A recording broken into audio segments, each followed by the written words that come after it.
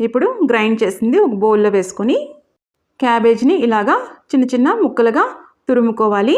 ఇంకొకటి ఆ మధ్యలో ఉన్న లేయర్స్ మధ్యలో కూడా నీట్గా చూస్తూ కట్ చేసుకోవాలండి. ఇప్పుడు కాస్త అల్లం తురుము వేసుకున్నాను. అలాగే పచ్చిమిర్చి తురుము, కరివేపాకు తురుము.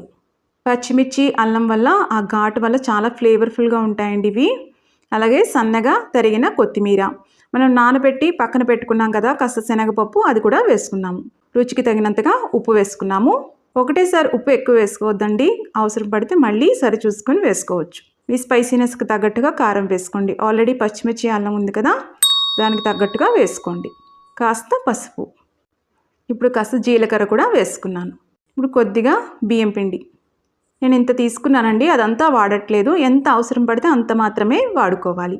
ఇంకా నీళ్ళు అనేవి అస్సలు పోసుకోకూడదండి. క్యాబేజ్లో తేమ ఉంటుంది. శనగపప్పుని మనం రుబ్బుకున్నాం కదా, దాంట్లో కూడా